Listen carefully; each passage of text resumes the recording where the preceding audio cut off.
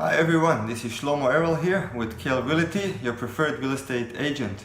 Today I wanted to talk about the market, and I wanted to do it through the point of view of a buyer and why it is a good time to actually buy or getting into the market. So there are two good things that are actually happening, and the first one is having more inventory. So as we go getting closer to the summer, we're going to see more and more inventory, which means that you don't have to compromise pretty much where do you want to live, and you can get your dream home or close to that.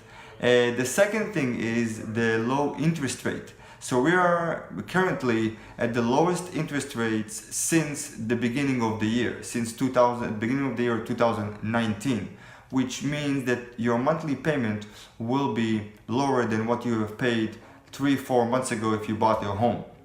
So combining those two things, we can look at the market as maybe a strong or a good buyer market where you can get what you want in an affordable price. I don't know if the interest rates are still going to go lower and lower, or they're going to go higher.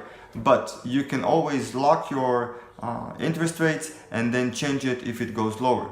I'm sure that you have many more questions or some questions, and feel free to comment in this video, message me, email me, or just give me a call if you have any real estate questions or needs, or if you need actually any referrals to a good lender.